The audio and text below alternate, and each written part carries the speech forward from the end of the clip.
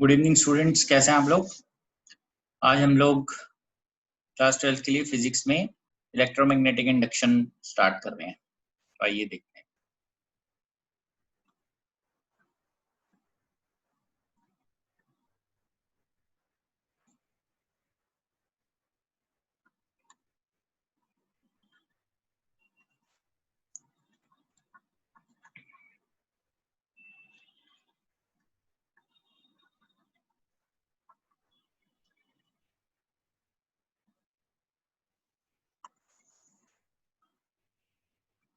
इसका short form है EMI।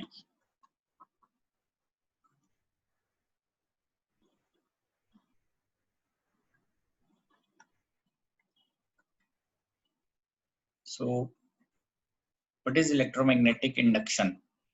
So it is basically a phenomena of generating EMF by changing magnetic fields is called as electromagnetic induction. The phenomena of generating EMF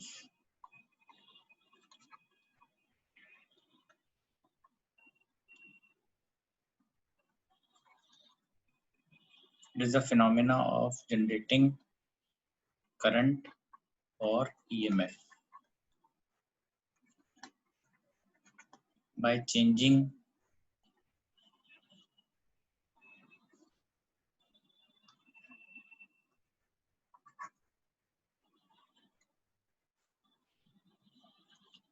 magnetic fields, और आप generalise करके उसको लिखें तो it is magnetic flux. It's called electromagnetic induction.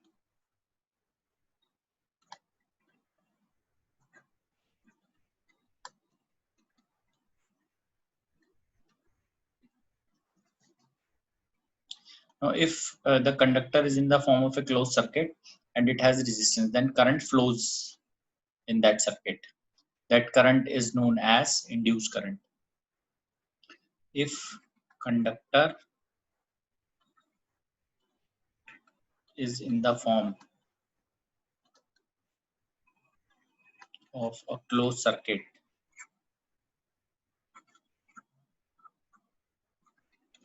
and has resistance, then current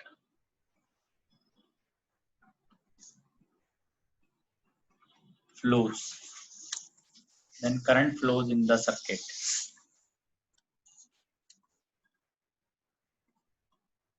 This current is called induced current.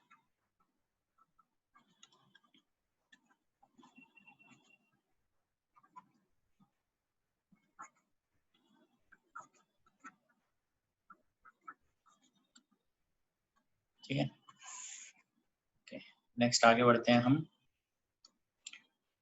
Next topic है that is called as magnetic flux. 5B। जैसे electric flux है वैसे ही magnetic flux है। सो हम लिखते हैं the magnetic flux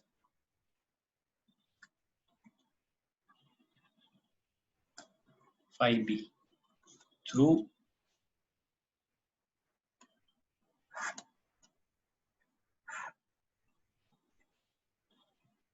any surface held in a magnetic field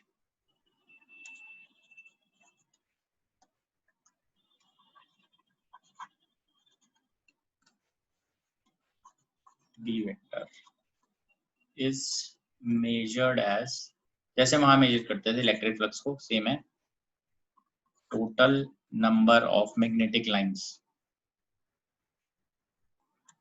crossing the surface.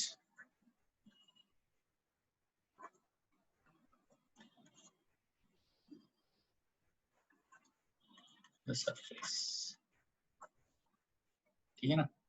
अब जैसे हम यहाँ पर इसको ले लेते हैं, This is something of this type.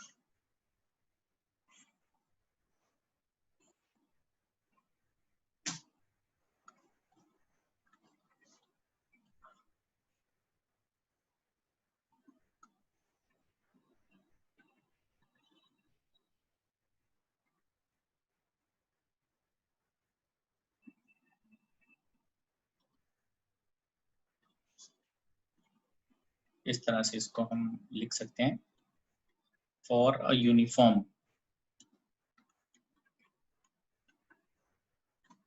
magnetic field B vector,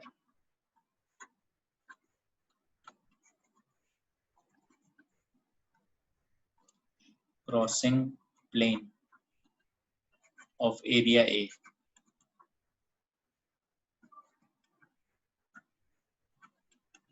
at an angle theta with normal to the plane. Magnetic flux phi is given by, इसको ऐसे आप लिख सकते हैं, ये एरिया वेक्टर है which is coming out और ये मैग्नेटिक फील्ड है, दोनों के बीच में एंगल है theta. This is plane.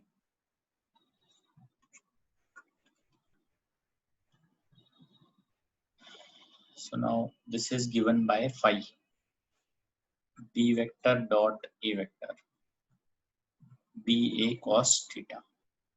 B magnitude हो गया मैग्नेटिक फील्ड का, A एरिया का हो गया, theta angle between them, dot product है, so this is B A cos theta.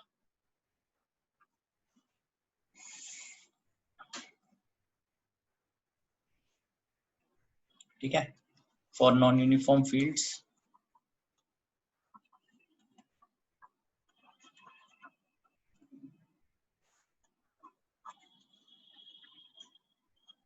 we write them as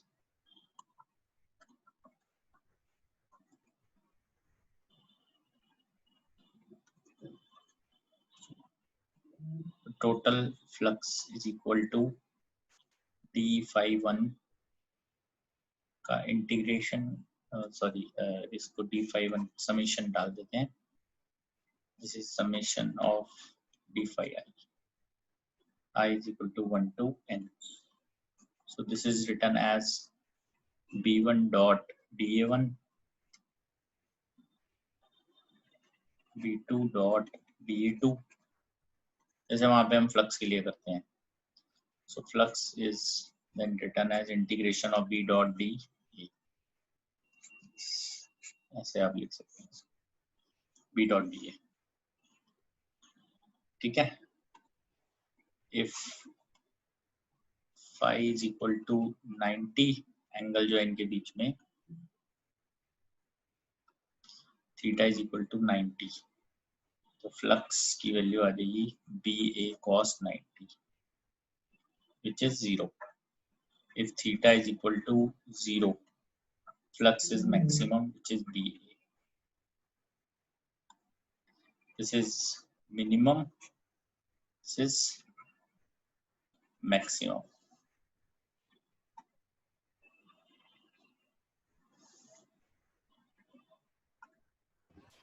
sir ये phi equals to sigma I equal to 1 to n d phi 1 ये क्या denote कर रहा है? क्या चीज पूछ रहे हो? phi is equal to, sir यही चीज sigma I equals to 1 to n. जब हम इसको बहुत सारे पार्ट्स में डिवाइड कर देते हैं, जब कभी भी नॉन यूनिफॉर्म फील्ड हो, कर्व सरफेस होते हैं, जब तब हम फ्लक्स को छोटे छोटे पीसीज में डिवाइड करते हैं और उन सबका समेशन कर देते हैं. तो जैसे आपने यहाँ पे देखा कि b1 dot D a1 vector, उस समय जैसे वहां पे आपने इलेक्ट्रिक फ्लक्स के अंदर पढ़ा हुआ है ना कि हम उसको कट करते हैं बहुत सारे पीसीज में और हर पीस में से निकालते हैं, वैसे ही है. इसको हमने छोटे छोटे फ्लक्स बना लिए, बहुत सारे फ्लक्स के पीसीज बना लिए, उन सबको ऐड कर रहे हैं, हर एक में स्मॉल फ्लक्स लेके ऐड कर रहे हैं उसको. तो वो एडिशन के बाद फिर फाइनली जब वो बहुत सारे, जब हम उसको इनफाइनाइट कर देते हैं तो फिर हम इंटीग्रेशन करते हैं इस तरह से. ठीक है. सो इफ थीटा इज 90, यहां से देख सकते हो, तो cos 90 0 हो जाएगा, flux is 0. theta is 0, flux is maximum.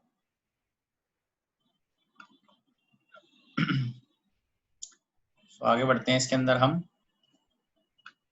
as flux is equal to b into a, तो b को हम इस तरह से भी लिख सकते हैं मैग्नेटिक फ्लक्स अपॉन एरिया। तो यहाँ पे हम magnetic field strength is also defined as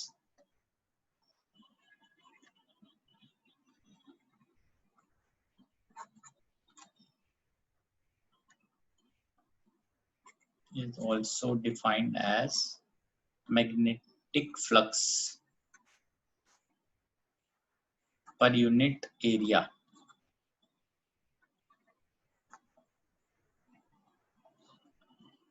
or magnetic flux density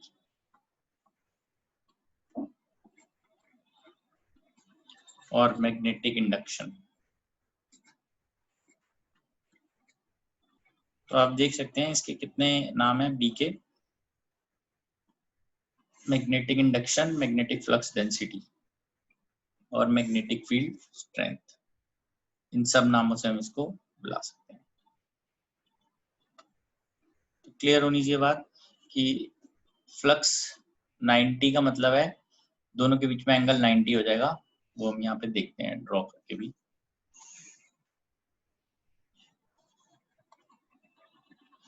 magnetic flux is minimum, theta is equal to 90। तो आप इस समय ऐसे इसको देखेंगे,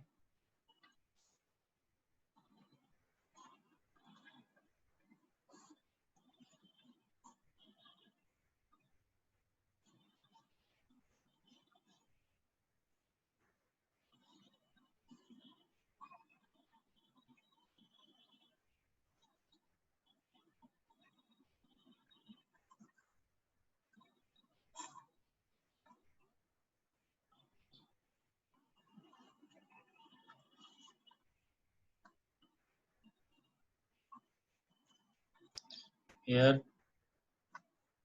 B vector is perpendicular to A vector, therefore flux minimum is BA cos 90, which is 0. So this is the case when it is minimum. Magnetic flux is maximum. Theta is equal to 0.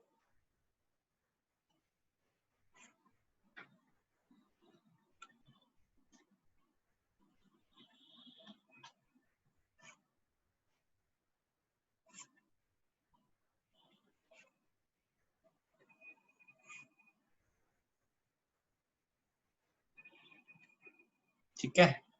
तो अब इस case में आप देखेंगे area vector अगर ऊपर है तो फील्ड जो है वो भी ऊपर की direction.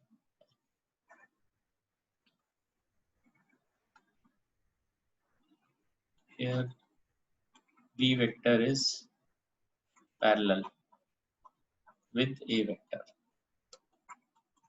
This is B, this is A. Theta is 0. Flux is maximum. B vector dot A vector, BA cos 0. Cos 0 1 है तो flux is maximum BA. Check कर लीजिए इसको आप। ठीक है। Now for n number of turns, जब number of turns हमारे n है, for n number of turns in coil, if coil has n number of turns associated with it,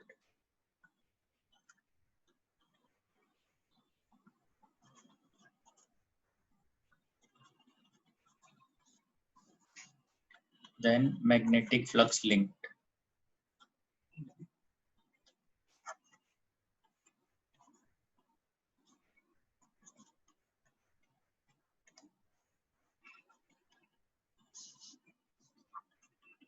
n times B dot A, therefore flux की value आ जाएगी NBA cos theta, इस तरह से आ जाएगा।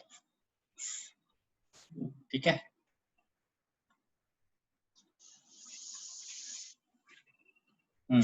अच्छा एक और बात भी है, अगर थीटा 180 हुआ तो वैसे तो कभी भी हम थीटा 180 एक इस तरह के सरफेस में कभी लेते नहीं है, तो हमें इसलिए मैक्सिमम या मिनिमम फ्लक्स को इसी तरह से रखना है।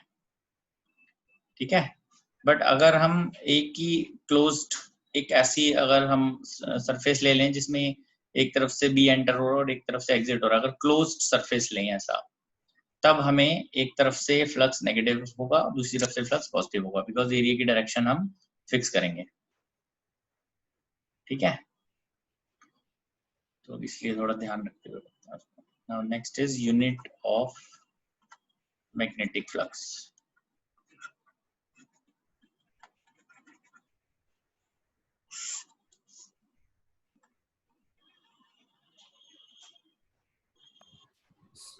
सर अभी आप क्या बता रहे थे, वो फिक्स करना है?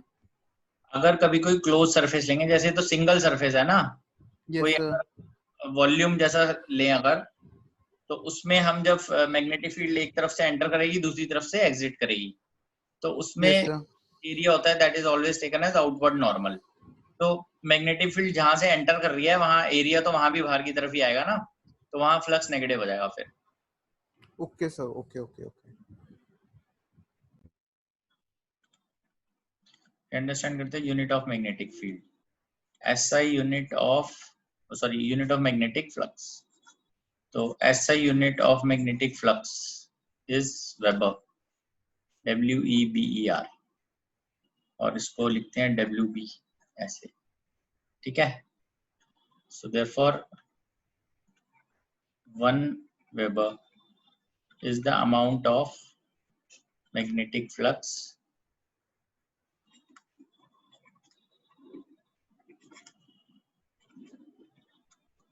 is the amount of magnetic flux over an area of 1 meter square held normal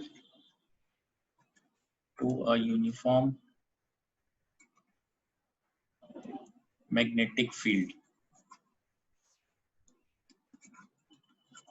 of 1 Tesla. Therefore 1 Weber is equal to 1 Tesla into 1 meter square. ठीक है, तो SI यूनिट मैग्नेटिक फ्लक्स की वेबर है, 1 Weber is the amount of magnetic flux over an area of 1 meter square held normal to a uniform magnetic field of 1 Tesla. The CGS unit of magnetic flux is Maxwell, mx. तो 1 Weber जो है that is equals to 10 raised to the power 8 Maxwell. ठीक है, check कर लीजिए, अभी clear होना चाहिए।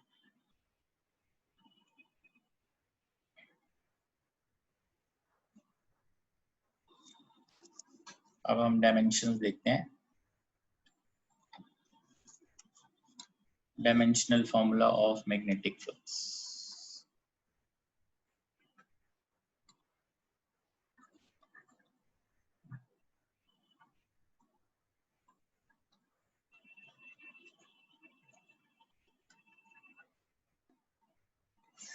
डायमेंशनल फॉर्मूला देखते हैं मैग्नेटिक फ्लक्स का। हमें ये तो क्लियर ही है, flux is equal to BA cos theta को हटा देते हैं यहाँ पे क्योंकि थीटा को 0 ले लेते हैं, तो cos थीटा के वैसे भी कोई डायमेंशन होती है। So if we want to find the dimension of this, P है टेस्ला में, तो उसके लिए हम यूज करेंगे F is equal to QVB।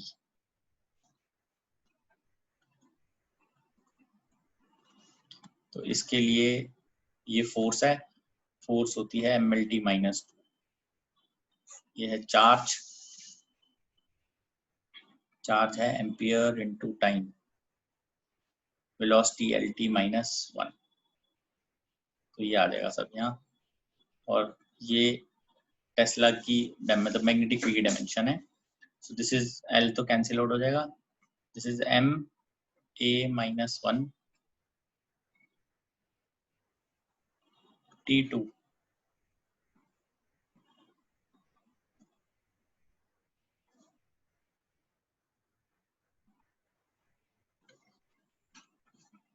therefore flux की वैल्यू आ जाएगी MA-1 T-2, this is area, this is L2। तो आप चेक कर सकते हैं ML2 T-2 A-1 is dimension of magnetic flux।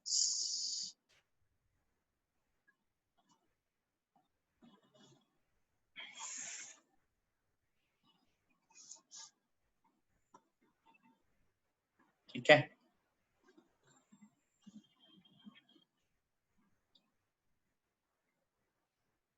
ये मैग्नेटिक फ्लक्स की डायमेंशन आ गया हमारे पास। क्लियर होना चाहिए मैग्नेटिक फ्लक्स के बारे में।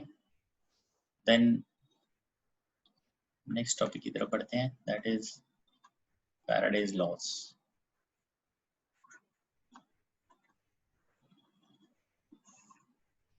तो बेसिकली फैराडेज लॉज जो हैं वो इस कॉन्सेप्ट पे बेस्ड हैं कि अगर हम मैग्नेटिक फ्लक्स को चेंज करते हैं तो उससे क्या इम्पैक्ट पड़ता है।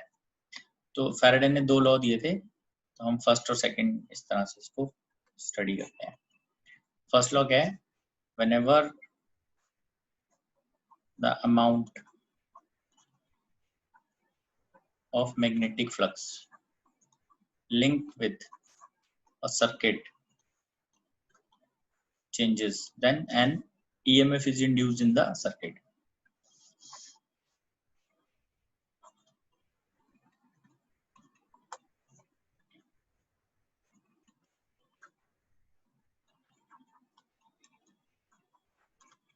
An EMF is induced in the circuit।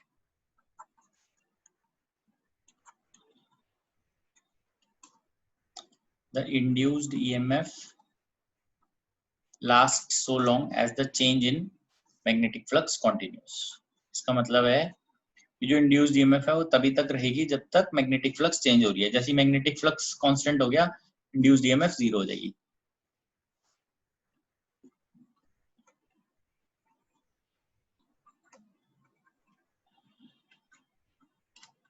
The induced EMF lasts so long as the change in magnetic flux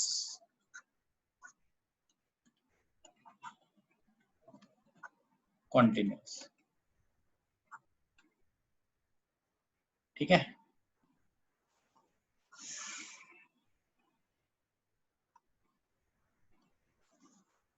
second law. First law कह रहा है कि magnetic flux linked with the circuit changes, then and whenever magnetic flux linked with the circuit changes, EMF is induced in the circuit। Second law जो है वो magnitude को पता करता है, the magnitude of EMF induced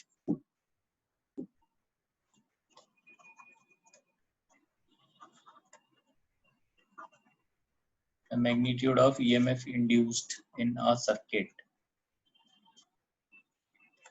is directly proportional to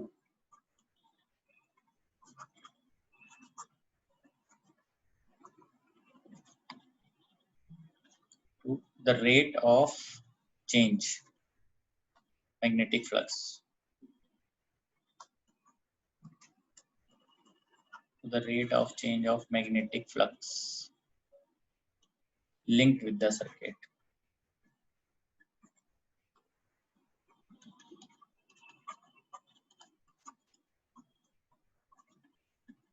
ठीक है, magnitude of EMF induced in a circuit is directly proportional to rate of change of magnetic flux linked with the circuit।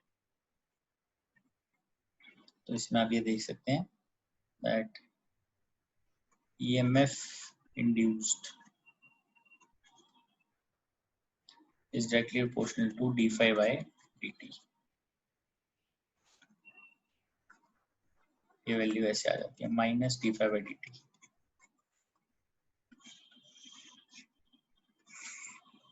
ठीक है, अब ये माइनस साइन जो है ये क्या डिपिक्ट कर रहा है, माइनस साइन क्या डिपिक्ट कर रहा है इसके अंदर, वो देख लेते हैं।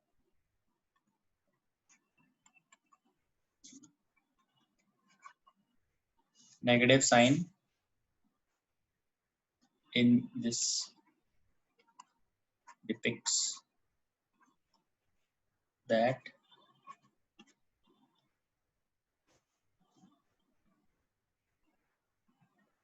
induced EMF always opposes any change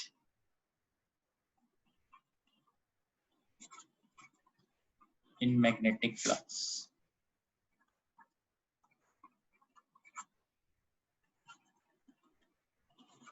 associated with circuit।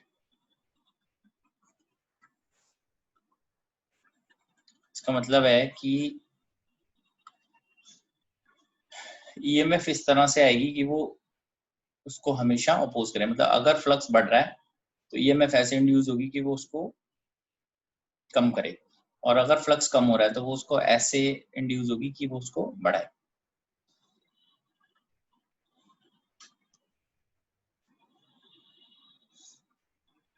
हाँ, बट मैग्नीट्यूड तो इसी से आएगा d5/dt से, इट विल बी सेम। ठीक है, तो फर्स्ट लॉ कहता है whenever magnetic flux linked with the circuit changes and EMF is induced in the circuit, और वो तभी तक रहेगा जब तक मैग्नेटिक फ्लक्स का चेंज चल रहा है। इंपॉर्टेंट बात, if phi is constant then EMF induced is zero, remember this thing। Second कहता है magnitude of induced EMF in circuit is directly proportional to rate of change of magnetic flux linked with the circuit. तो ये है basically, अगर flux बढ़ रहा है तो ईएमएफ ऐसे इंड्यूस होगी कि वो उसको घटाए, अगर फ्लक्स घट रहा है तो ईएमएफ ऐसे इंड्यूस होगी कि वो उसको बढ़ाए। ठीक है, इसमें आप ये एक्सपेरिमेंट देख सकते हैं। एक्सपेरिमेंट कुछ इस टाइप से था।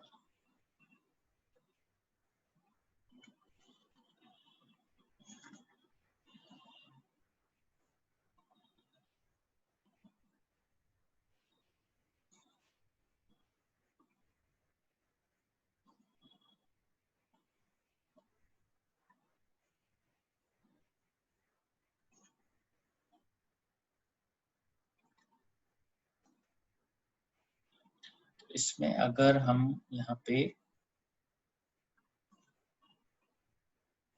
एक मैग्नेट ले लेते हैं, नॉर्थ पोल साउथ पोल, आप देख सकते हैं मैग्नेट, अगर हम मैग्नेट को मूव करवा रहे हैं तो इसमें से फील्ड लाइंस बढ़ रही हैं। ठीक है, अगर आप सामने से देख रहे हैं इसको, इसमें से फील्ड लाइंस बढ़ रही हैं सर्किट में से, तो इसमें करंट कुछ इस तरह से इंड्यूस होना चाहिए यहाँ पे कि फील्ड लाइंस को घटाएगा कैसे, जब इसके अंदर जो करंट इंड्यूस हो रहा है वो इस तरह से हो कि वो इन फील्ड लाइंस के ऑपोजिट आए, वो करंट ऐसे अगर इंड्यूस होगा तो तभी पॉसिबल है।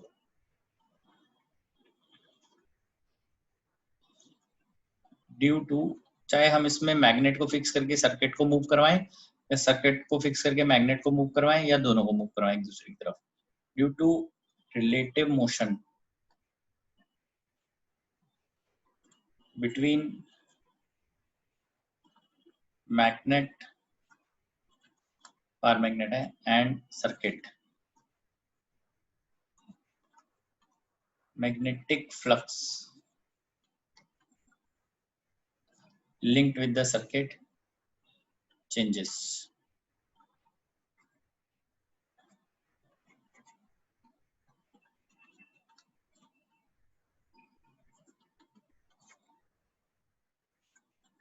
And therefore an EMF is induced in the circuit।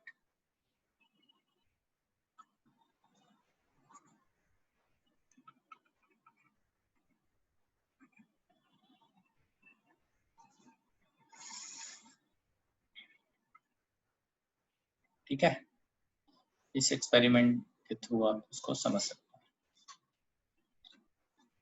Next question हम देख लेते हैं।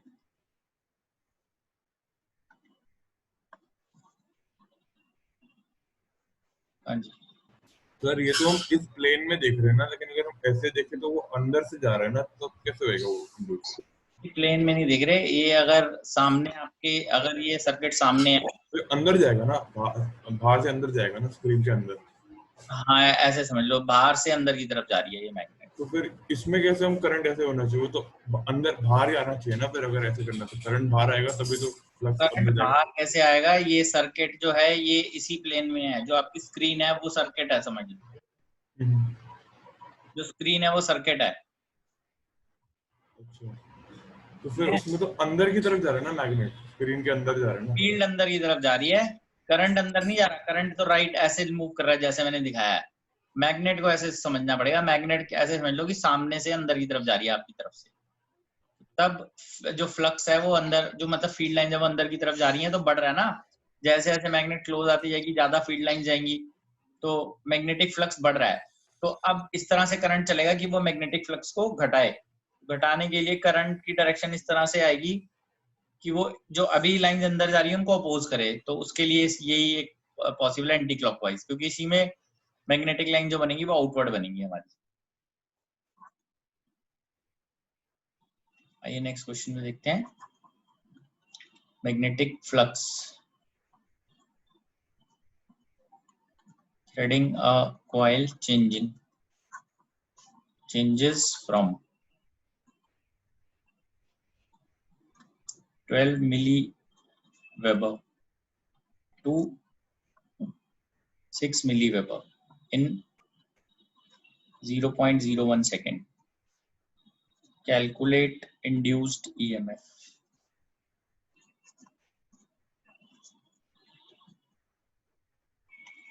तो इसमें EMF induced is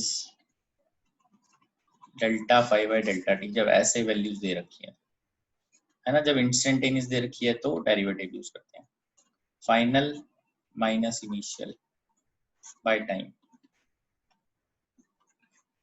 6 minus 12 10 की power -3 by time 0.01. This is 6 into 10 की power -3 into 100. This is 0.6 volt. इस तरह से आ गया, चेक कर लीजिए।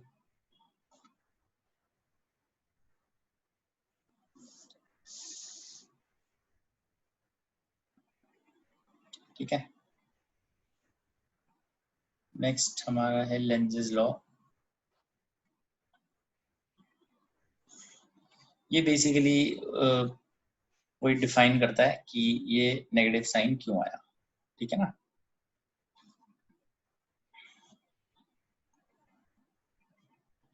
अगर इस तरह से इसको आप लिख सकते हो कि अगर करंट पता करना है तो this is EMF divided by R, this is induced current in the circuit. So Lenz's law क्या कहता है? According to this, the polarity of induced EMF, जिसकी वजह से करंट मूव कर रहा है, is such that it opposes the change in magnetic flux responsible for its production. मतलब कहने का ये है कि जो भी EMF इंड्यूस हो रही है वो अपने कॉज जो जिसकी वजह से प्रोड्यूस हो रही है उसको नलिफाई तो करेगी, is such that it opposes the change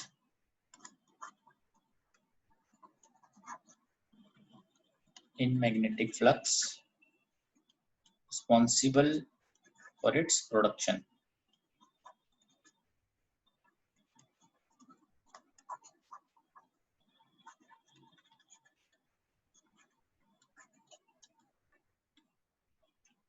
The polarity of induced EMF or induced current is such that it opposes the change in magnetic flux responsible for its production. उसको produce करने के लिए magnetic flux में जो change आया है वो उसको अपोज करेगा। मतलब अगर तो फ्लक्स बढ़ रहा है तो हमें ये देखना है कि करंट इस तरह से चलेगा कि वो उस फ्लक्स को रिड्यूस करे, और अगर फ्लक्स रिड्यूस हो रहा है तो करंट इस तरह से चलेगा कि वो उस फ्लक्स को सपोर्ट करे। ये ध्यान रखना है। इसके लिए मैं यहाँ पर एक दो एग्जांपल दे देता हूँ सो दैट हमें क्लियरिटी रहेगी फिर आगे की। Lenz's law is based on conservation of energy principle, remember.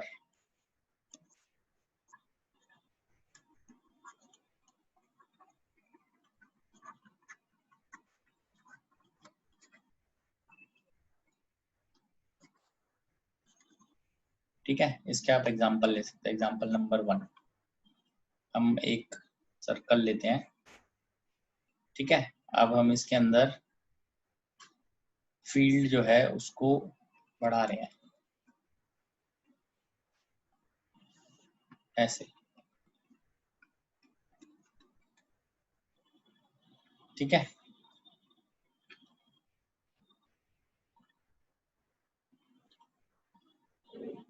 तो फ्लक्स एज्यूम करते हैं, assuming that flux is increasing, तो डायरेक्शन ऑफ इंड्यूस करंट क्या है? आप करिए एक बार, मैसेज करके देखिए क्या बनता है। ठीक है, मान लो ये फ्लक्स बढ़ रहा है इसमें, तो कैसे होगा? और एक केस ये ले लो, assuming that phi is decreasing, what is direction of induced current?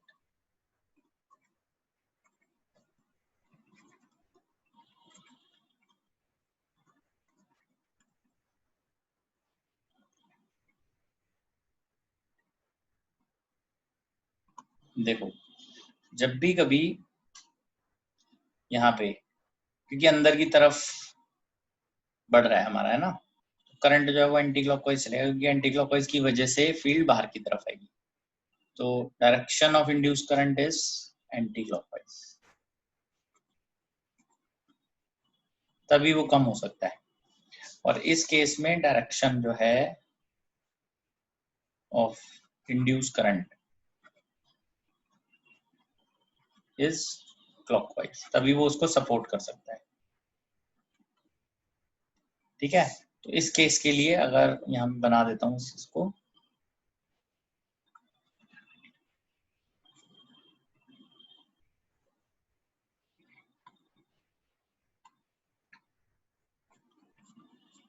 अगर इसमें फ्लक्स कम हो रहा है,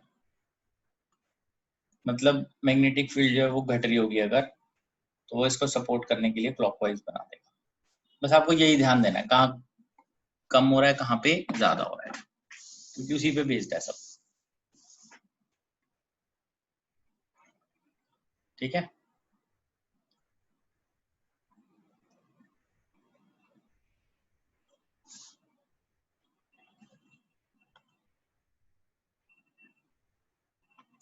देखो आपको ये ध्यान रखना है, अगर कभी भी मैग्नेटिक फ्लक्स बढ़ रहा है तो इंड्यूस करंट ऐसा होगा कि वो उसको घटाए, और कभी मैग्नेटिक फ्लक्स घट रहा है तो इंड्यूस करंट ऐसा होगा कि वो उसको बढ़ाए।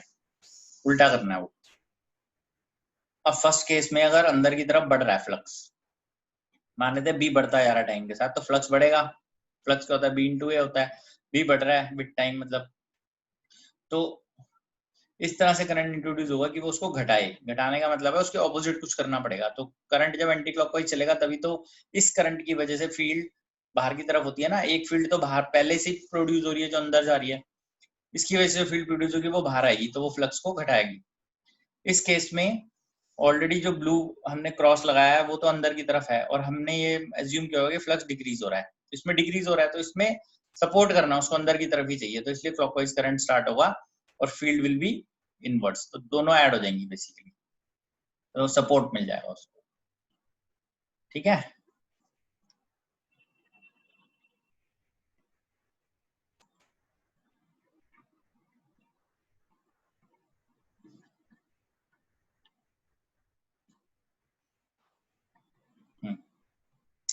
क्लियर है? तो फिर आगे बढ़ते हैं इसमें।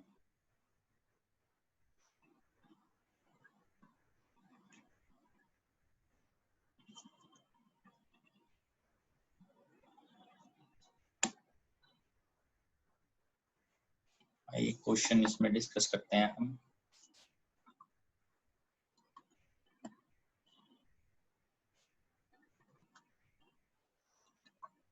Slider of mass m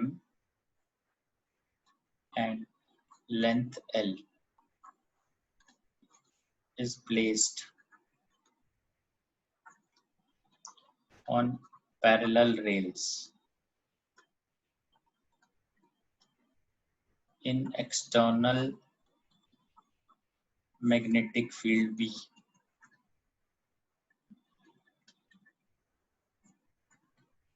As shown.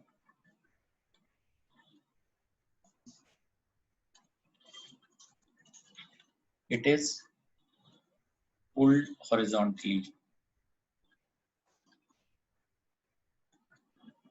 with some external force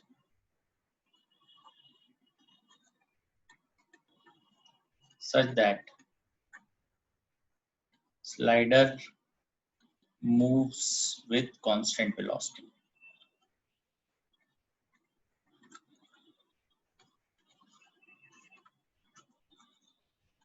V naught. ठीक है, इसको ऐसे हम लिख लेते हैं।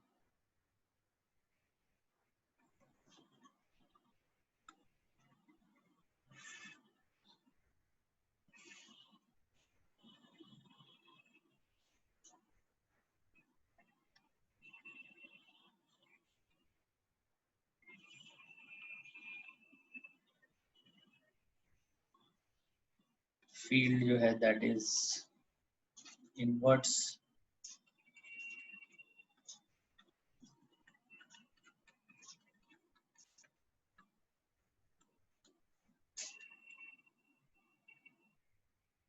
so it is pulled towards right moving with constant velocity.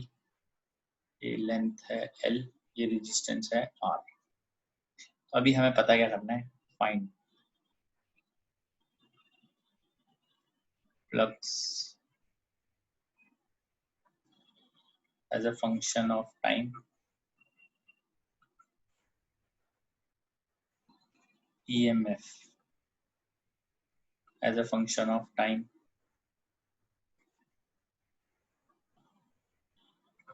magnetic force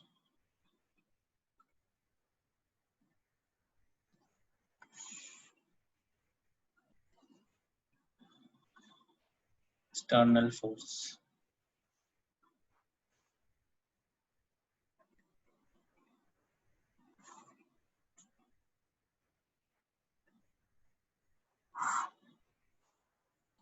external force work done by external force, power dissipated in resistor, ये सब हमें पता है।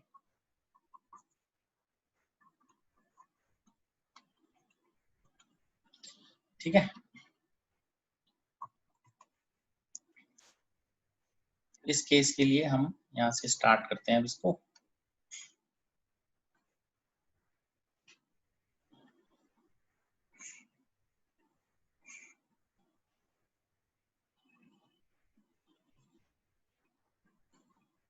अज्यूमिंग कि स्लाइडर जो है वो अभी डिस्टेंस x पर है,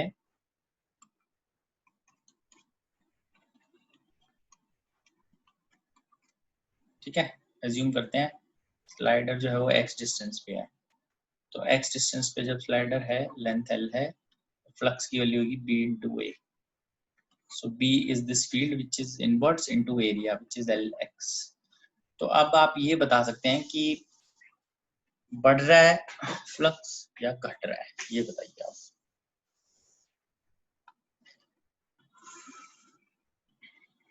फ्लक्स बढ़ रहा है या घट रहा है?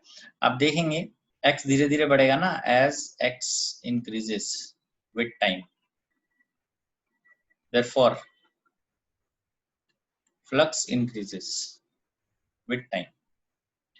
तो अगर फ्लक्स इंक्रीज करेगा तो करंट की डायरेक्शन क्या होनी चाहिए? यहाँ पे करंट कैसे चलेगा? सिंपल सी चीज है बहुत, अगर ये पता हुई तो जैसे जैसे इसको आगे बढ़ाएंगे हम, ये v नॉट वेलोसिटी से तो आगे बढ़ ही रहा है, ये कांस्टेंट है, जैसे जैसे आगे बढ़ेगा फ्लक्स इसमें बढ़ता जाएगा, तो हमें एंटी क्लॉकवाइज करंट चलाना है यहाँ पे, तभी इसको सपोर्ट मिल पाएगा ना। फ्लक्स बढ़ रहा है तो हमें इसलिए एंटी क्लॉकवाइज करंट चलाना है।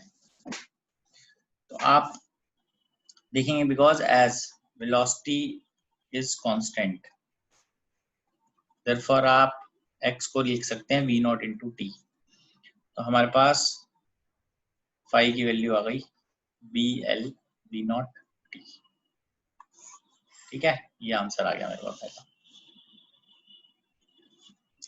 सेकंड आपको पता करना है ईएमएफ, ईएमएफ की वैल्यू आएगी D phi by D T which is B L V not.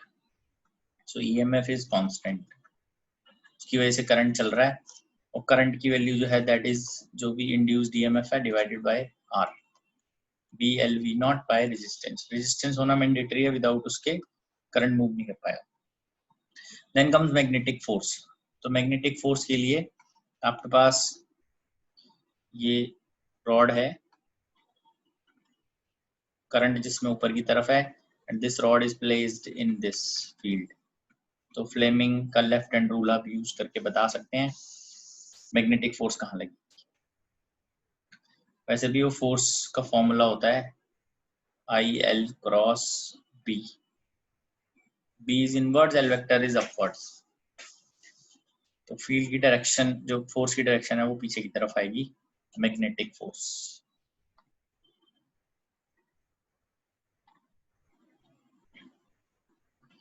So this is magnetic force is BIL, left में, लेफ्ट मैग्नेटिक फोर्स लेफ्ट में लगेगी, तो हम एक्सटर्नल फोर्स राइट में लगाएंगे ताकि उसको बैलेंस करें और कांस्टेंट वेलोसिटी से मूव करवा सकें। So this is BL V naught by R into L.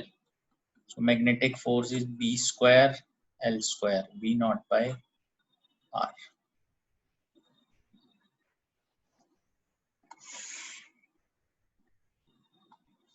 ठीक है जी। Therefore एक्सटर्नल फोर्स जो है उसको भी इसी तरीके से हम बैलेंस करेंगे।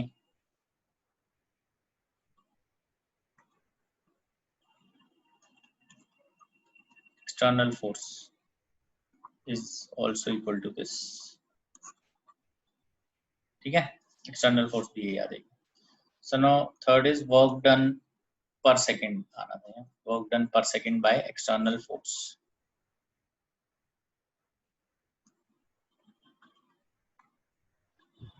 सर ये थर्ड पार्ट में जो आपने लिखा है F force of magnet equals to B into B L V naught upon R, ये वाला एक्सप्रेशन एक बार समझा दो।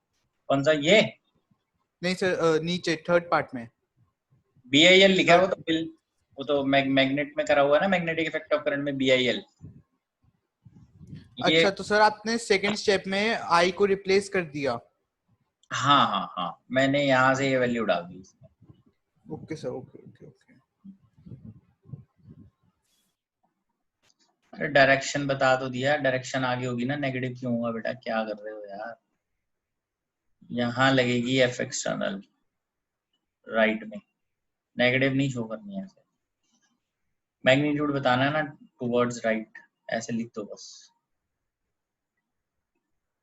सो वर्क डन पर second by external force F external into V not, this is B square L square V not square by R। Most important चीज आप देखिए, अब power dissipation in register is I square R। Power dissipation current का square करते हैं, current ये था, this is B square L square V not square by R square, एक R से कैंसिल हो जाएगा। तो आप देखेंगे दोनों वैल्यूज सेम आ रही हैं, work done per second by external force, ठीक है, और पावर डिसिपेशन इन रजिस्टर ये सेम आ रही है। तो इसका मतलब ये जितना भी वर्क एक्सटर्नल फोर्स कर रही है वो सारा का सारा हीट में जा रहा है, इसीलिए स्लाइडर की वेलोसिटी बढ़ नहीं रही। therefore work done per second by external force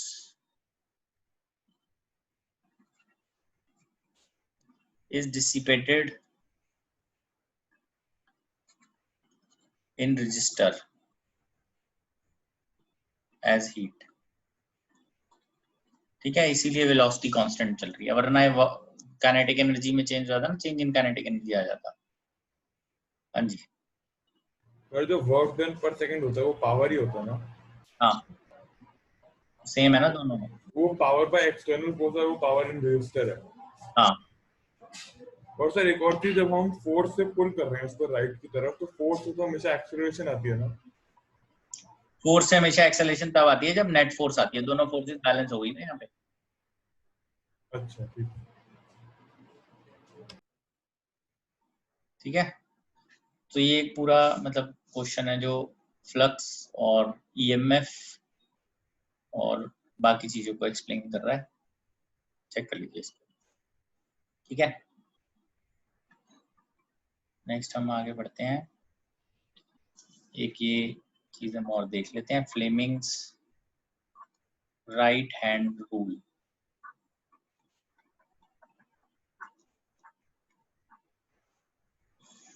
पहले हमने लेफ्ट हैंड रूल पढ़ा था, अभी फ्लेमिंग का राइट हैंड रूल पढ़ेंगे। तो इसमें देख लेते हैं, if we stretch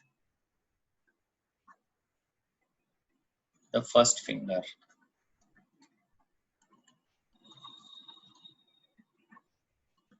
central finger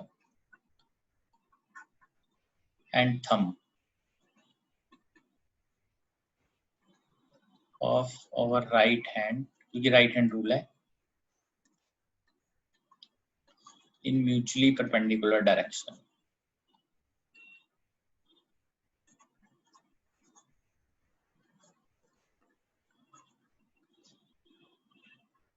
Such that first finger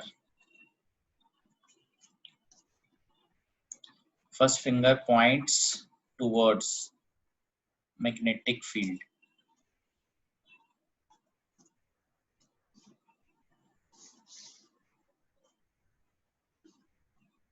Thumb, right thumb along motion of conductor.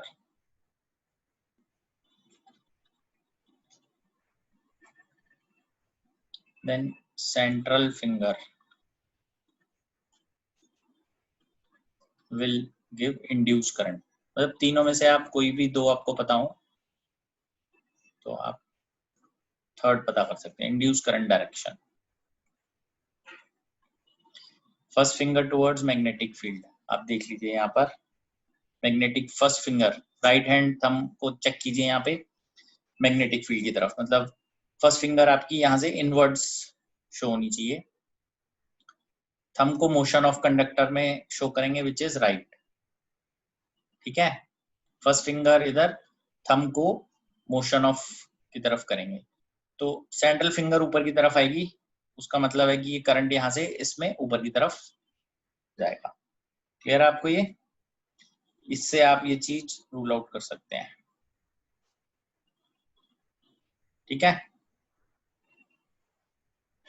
Clear हो गया ये? बस आज के लिए हम इतना ही करेंगे, नेक्स्ट क्लास में इससे आगे बढ़ेंगे। Thank you.